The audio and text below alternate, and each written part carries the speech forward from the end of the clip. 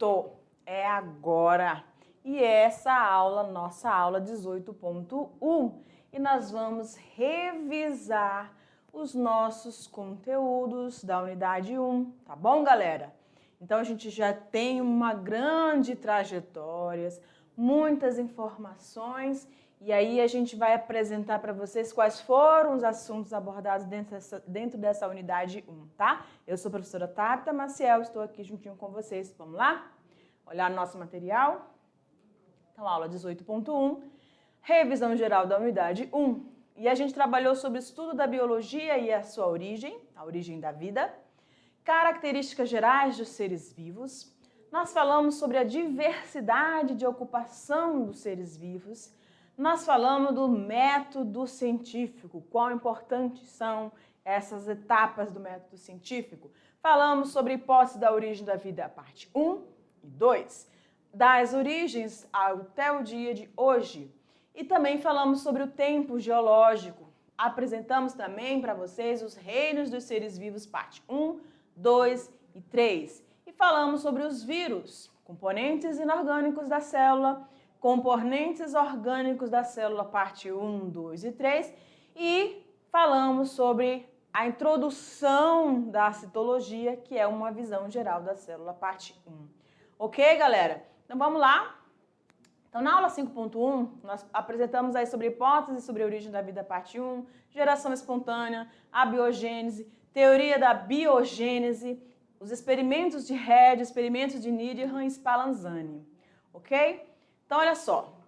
Dentro desse conteúdo, nós falamos que existe, pode colocar eu aqui no cantinho, que existe, antigamente, né, no século 17, eles estavam ali tentando, né, até o século XIX, tentando explicar a questão da origem da vida. E aí existia uma teoria, né, uma hipótese sobre a geração espontânea, né, ou a biogênese, onde que a vida surge espontaneamente da matéria inanimada, tá? E aí a gente teve várias pessoas, né, vários estudiosos da época, Demétrio, Aristóteles, né, o próprio Needham, né, o Jean-Claude Van Helmont, quase não sai, né, o Van Helmont era um também que defendia, tá bom, a questão da biogênese, onde a vida surgia a partir de algo inanimado e existia uma força vital. Olha lá no material. Pode tirar aqui. Isso. Então, essa força vital é que dava a capacidade, então, de surgimento à vida a partir de algo inanimado. Geração espontânea ou a biogênese. Depois a gente teve a teoria da biogênese, onde vida só pode surgir de uma outra forma de vida, tá? E aí a gente teve aqui, né, a presença, a participação de algumas discussões sobre essas duas hipóteses aí da biogênese e biogênese. E aí a gente tem o Needham, defensor da abiogênese, e nós vamos ter o Lázaro Spallanzani, que não criticou asperamente a questão do experimento realizado pelo Needham, tá bom? E aí eles dois falavam que ou esquentou demais, um esquentou pouco, aquela caldo nutritivo, onde eles levaram a fervura, né? Um aqueceu, no caso o Needham, e o outro ferveu, e eles ficaram naquela discussão. Essa discussão só teve fim quando o experimento realizado por Louis Pasteur surgiu, tá? E aí a gente vai passar, então, para a próxima, que foi justamente esses experimentos, a aula 6.1, falando desses experimentos de Pasteur, falando sobre as hipóteses de Opara e Haldane, o experimento de Mille a partir desses estudos de Opara e Haldane, as hipóteses autotrófica e heterotrófica. Vamos olhar no nosso material. Então, durante essa aula, nós descrevemos o experimento de Louis Pasteur, onde ele pegou aqueles vidros, aqueceu a boquinha do vidro, né, parte superior do vidro, aqueceu formando um U. E ali ele conseguiu impedir a entrada do ar onde havia a presença de micro-organismo, que foi identificado lá por Lázaro Spallanzani. E aí ele conseguiu comprovar que no ar esses micro-organismos, se eles estivessem em contato com o líquido, o caldo nutritivo, acabaria perdendo essa função, né? Poderia contaminar esse líquido, proliferando a vida ali dentro, tá bom? Foi discutido então ali nessa aula. E aí a gente teve o experimento de Miller, onde a partir da teoria de Opara e Haldane, onde se descreveram a atmosfera, como era metano, né, metano, amônia, hidrogênio, esses elementos ali, junto com as descargas elétricas, permitiram a formação de moléculas simples até as moléculas mais complexas, que aí deram origem aos seres procariontes. E aí a gente tem as duas hipóteses, autotrófica e heterotrófica, onde na hipótese autotrófica a vida surge lá no fundo dos oceanos. Então aquelas bactérias procariontes resistentes a esse ambiente começaram a realizar o processo quimiosintético. E ali, a partir de substâncias inorgânicas, produzindo substâncias orgânicas e deram início à vida, né? E na hipótese heterotrófica, você tinha vida formada a partir dos coacervados na superfície da Terra, onde tinha descargas elétricas, onde tinha lá todos aqueles gases, né, descritos por Opara e Haldane, e a partir dali surgiram os aminoácidos e as primeiras proteínas, os coacervados e os seres procariontes, tá bom? Então, nessa teoria nessa hipótese heterotrófica, a vida, os processos metabólicos surgiam do processo de fermentação, passando pela fotossíntese e a respiração celular como sequente, né? E na hipótese autotrófica você tinha a quimiossíntese, a fermentação, a fotossíntese e por último a respiração celular. Seguindo, olha aqui a descrição então de cada um dos processos dentro da hipótese autotrófica, tá? Lá no fundo dos oceanos, nas fendas termais, lembram? E a hipótese heterotrófica, que era defendida, que a vida surgiu a partir da via metabólica, iniciando pela fermentação, tá bom? Seguindo, na aula 7.1, das origens até o dia de hoje, os primeiros seres vivos, as bactérias, aí nós falamos sobre a teoria da simbiose ou da endossimbiose e a origem dos vírus. Então, nessa aula, vamos lá? Nessa aula a gente falou sobre os primeiros organismos que eram os seres procariontes. Esses seres procariontes, eles estavam ali no seu ambiente e, ao se alimentar de um outro organismo procarionte anaeróbio, né, ele conseguiu, um organismo aeróbio, na verdade, ele conseguiu, então, incorporar esse organismo, que aí vai formar as nossas mitocôndrias hoje, né? Que é considerada uma organela citoplasmática.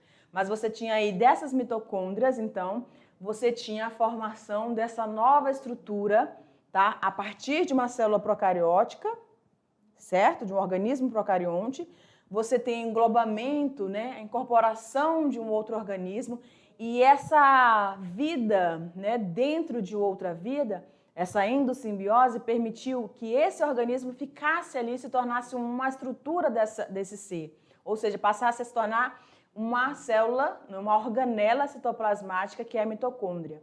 E também nós temos a endossimbiose que vai originar os cloroplastos, né? Ou seja, aquelas estruturas, aqueles seres primitivos que conseguiam realizar processo fotossintético. E aí dando origem à nossa célula eucariótica com mitocôndrias e as que vão ter os cloroplastos e mitocôndrias formando as células vegetais. Ok? Vamos seguindo? Tá aí.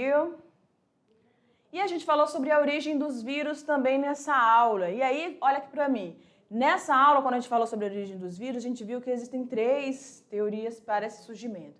Ou os vírus surgiram de fragmentos de material genético de um outro ser vivo, e quando ele se desprendeu, ele acabou ganhando uma mobilidade, um movimento, e aí ele conseguia infectar outras células, e assim ele começou esse processo parasitário, tá? Ou ele teria surgido de uma estrutura, né, de um outro organismo, ou parte desse organismo, e aí conseguido se desenvolver aí em outros seres, né, nos outros organismos. Ou poderia ter surgido também juntamente com aqueles seres procariontes que deram, né, surgiram a partir dos coacervados, ou seja, ao mesmo tempo que esses seres primitivos, tá? Então existem essas três formas de explicação aí sobre a teoria dos vírus, né, o surgimento dos vírus. Vamos para a próxima. Opa! Então, na aula 12.1, nós falamos sobre os vírus, os tipos de vírus, os vírus serem ou não vivos, né? Considerados como seres vivos. E aí, nessa aula, a gente falou dos tipos de vírus. A gente viu que existem vírus com DNA, chamados de adenovírus, os vírus de RNA, chamados de retrovírus, e nós falamos dos arbovírus, que são aqueles que vão estar utilizando, né, artrópodes para poder causar, provocar ou parasitar um organismo. E falamos sobre o bacteriófago, que são aqueles vírus que só vão agir sobre bactérias, né? E falamos também dos micovírus. Então, nós temos esses 5 tipos aí: adenovírus, vírus de DNA, retrovírus, que é o de RNA, justamente aquele que tem a transcriptase reversa, que a partir de RNA vai sintetizar a molécula de DNA, o que é o inverso do que acontece, né? Normalmente, o DNA vai fazer o processo de formação do RNA. Vamos lá. Então, dentro dos adenovírus, nós tínhamos lá, falamos de uma doença provocada por um tipo de adenovírus, que é a conjuntivite. O retrovírus, que a gente mais conhece, identificado como HIV, costuma cair muito aí nas provas de Enem. Os arbovírus, nós temos a dengue, né? Que tem o mosquito anófeles aí participando. Bacteriófago, aqueles que têm as perninhas, parece uma maquinazinha, né? Um robozinho. E os micovírus, que vão agir somente sobre os fungos, tá bom? Vamos lá. Então, eles seriam ou não considerados seres vivos, não existe ainda um consenso. Então, essa consideração de eles serem vivos ou não vivos, se realmente vão estar incorporados, né, ou sendo tratados como seres vivos, é justamente dessa capacidade deles se autoduplicarem e evoluir. Então, isso só é uma característica de um ser vivo. Então, para alguns ainda existe essa discussão, tá bom? E eles só vão apresentar sua atividade metabólica no interior de um outro ser vivo, tá bom? Vamos lá. Aula 13.1, componentes inorgânicos da célula, nós falamos sobre a água e os sais minerais. Ok, a água tem polaridade, lembra aquele triângulozinho que nós falamos, o oxigênio no topo e nas extremidades os átomos de hidrogênio, que são positivos, oxigênio negativo. Então, isso permite várias propriedades da água importantes para os seres vivos. Nós temos aí, em relação às propriedades, a capilaridade, que é a capacidade dos líquidos estarem passando por estruturas porosas e também percorrendo finos canais, né? Percorrendo na superfície da parte inferior para a parte superior. Isso é importante no processo de fotossíntese, que é a água assimilada lá nas raízes e chega ali nas folhas. Tensão superficial é justamente aquela coesão entre as moléculas de água a partir das pontes de hidrogênio. Isso vai permitir que algumas estruturas fiquem na parte superior da água, como se fosse aquele espelho d'água, né? Um mosquitinho andar, um lagarto conseguir andar, uma folha cair e não afundar. Essa é a tensão superficial, né? Vamos lá. Calor específico, também muito importante, porque dentro das nossas células nós vamos ter água. E essa água, para poder chegar a um processo de ebulição ou abaixo de temperatura se transformar no estado sólido, a água tem um alto teor específico. Então, para ela passar para esses 2 estágios, vai precisar de muita energia, muito calor, tá? Para poder quebrar aquelas pontes de hidrogênio, né? Lembram? Então, a tensão, o calor específico da água é fundamental porque ela está dentro do nosso corpo. Imagine as nossas células, qualquer mudança, variação de temperatura, a gente começar, as nossas células, a água começar a entrar em processo de fervura, não tinha como, né? Então, isso é importante. E também para permitir que as reações químicas ocorram, porque elas vão estar aí entrando no processo de reações químicas, você vai ter a participação das enzimas, que são proteínas, lembram? E elas se desnaturam em temperaturas elevadas. Então, é a conexão aí. Vamos lá? E como solvente, agir como solvente. Isso aí vai acontecer, é importantíssimo, porque essa capacidade, essa diferença de polaridade faz com que a parte positiva da água se conecte aos íons de carga negativa de outras moléculas. E a parte positiva, negativa, que é o do oxigênio, se ligue ao íon positivo, no caso os cátions de outras moléculas. Então ela vai dissociando e aí vai agindo como um solvente universal. Vamos para a próxima. Nós falamos dos sais minerais também, aí a gente destaca, né? O ferro, o sódio, o potássio, o cálcio, o magnésio, né? O cloro, todos eles fazem parte de processos importantes no nosso organismo. E a gente vai destacar aqui o ferro que se liga à hemoglobina, que é a proteína que está nas membranas, né, na membrana plasmática das nossas hemácias.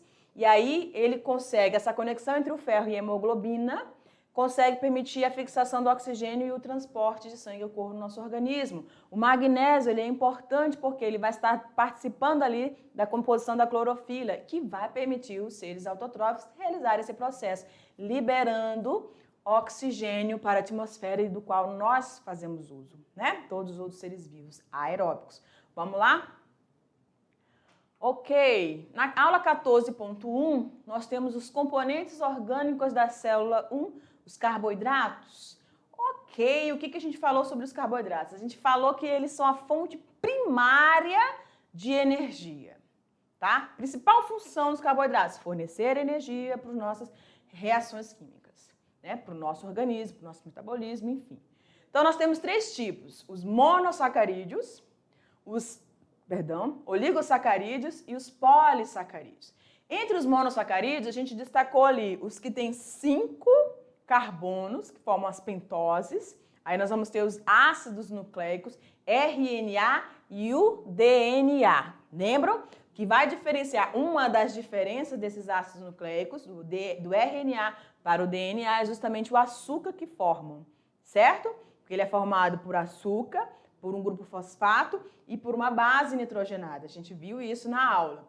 Então, esses ácidos nucleicos, o RNA vai ter a ribose e o DNA vai ter a desoxirribose, que é aquela perda do oxigênio ficando só com o hidrogênio da hidroxila que estava presente ali no RNA. Lembram disso, né? E aí nós temos uma hexose, ou seja, 6 átomos de carbono formando essa molécula desse monossacarídeo, que é a glicose, que vai participar aí do processo muito importante que é a respiração celular. É a via metabólica que mais gera energia, mais produz energia para o ser vivo. E aí a gente falou sobre os oligosacarídeos, aí a gente destaca a sacarose e a lactose. Sacarose formada, que os oligosacarídeos, é a junção de 2 até 10 monossacarídeos. Então, na sacarose você vai ter glicose com a frutose. Na lactose, você vai ter a glicose junto com a galactose, certo? Então, esses aqui, os monossacarídeos, são aqueles adocicados, né? Agora, a gente tem também os polissacarídeos. A gente destacou o amido, a celulose e o glicogênio. E a gente viu que o amido é reserva energética de vegetais. O glicogênio é reserva energética de animais. E a gente falou da celulose, que está presente na parede celular dos vegetais. Alguns fungos também vão possuir um pouquinho de celulose, tá bom? E aí a gente falou também de quitina na aula, lembram? Que é o mais abundante, o polissacarídeo mais abundante na parede celular dos fungos. E também vai estar presente ali na estrutura dos artrópodes, ok? 15, aula 15.1. Componentes orgânicos da célula 2, falamos dos lipídios e das vitaminas. Então, a gente viu que ela é uma fonte secundária de reserva energética, atuam na impermeabilização de superfícies que sofrem a desidratação, ou seja, nas folhas das plantas, tá, né? Que você tem o processo de evaporação acontecendo, então essa impermeabilização, ela controla essa saída de água, essa perda de água, né? E também para outros organismos vivos também que vão estar, ocorrer esse processo de desidratação. Isolante térmico para aqueles animais, né, aquelas espessas camadas de gordura, no caso, para proteger esses animais das baixas temperaturas, né? Fazem parte da composição da membrana plasmática, que a gente tem um esteroide principal, que é um esteroide natural, que é o colesterol, que vai estar presente somente nas membranas plasmáticas dos animais. A gente destacou isso na aula, né? E os precursores dos hormônios sexuais, que também o colesterol é esse precursor, né? Onde você vai ter testosterona, progesterona e vários outros elementos ali também participando. Por último, nós falamos também das vitaminas, né? E a gente viu que elas agem como reguladores no nosso organismo. Galera, então essa nossa aula 18.1, né? Foi a nossa revisão da unidade 1. Se preparem. Eu desejo a você uma excelente avaliação, tá bom? Um forte abraço, fica com Deus. Tchau, tchau.